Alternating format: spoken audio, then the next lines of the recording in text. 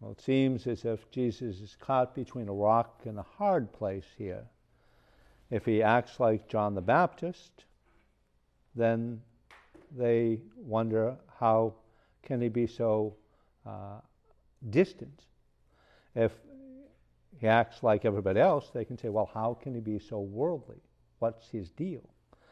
And the challenge, of course, is to recognize Jesus as fully divine and fully human, in the sense of his mission and his mandate and his own makeup.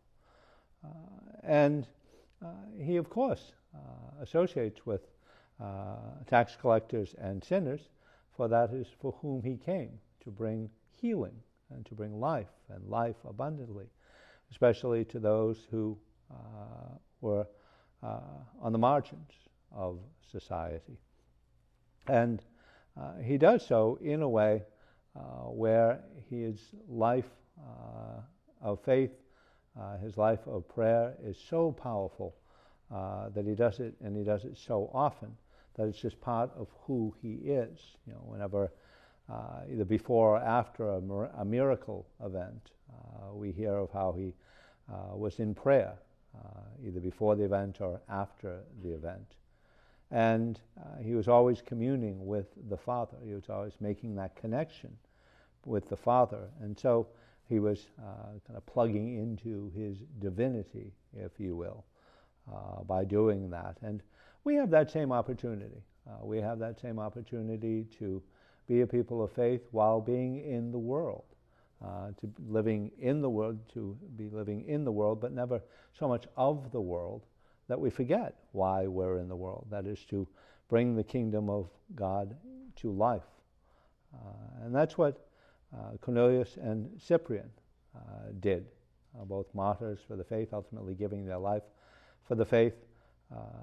They recognized that in the practice of the faith, they had to acknowledge that they were bringing forth reforms, they were bringing forth mandates that needed to be lived out in the everyday. They couldn't live on the extremes, if you will. They couldn't dictate on the extremes, which is what they were up against with many of the heresies of the day, those that found themselves taking one hard position or another. And much like the crowd in today's gospel, Cornelius and Cyprian often found themselves at odds with those people, and occasionally at odds with one another. But that didn't last for very long when they realized they were of the same mind and heart. They had the same purpose, that is to build up the kingdom of God and to bring that kingdom to life in the church.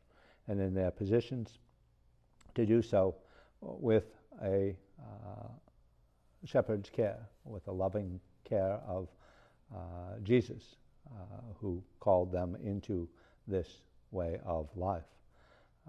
As a people of faith, we have opportunities each and every day to build up the kingdom of God here on earth while being in this world.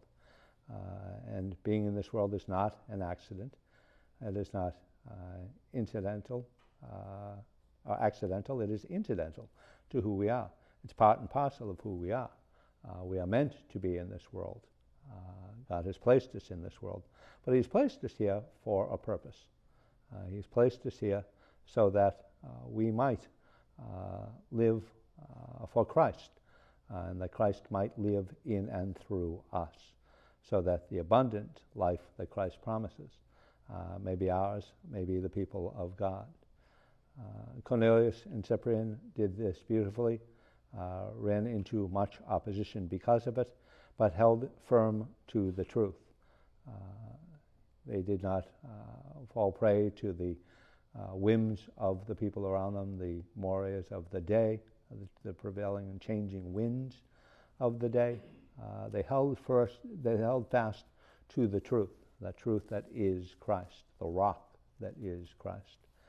May we, as the people of faith, come to recognize this opportunity that God gives to us each and every day to build up the kingdom of God. And may we, through the intercession of St. Cornelius and Cyprian, martyrs for the faith. May we die to self so that Christ might live in us.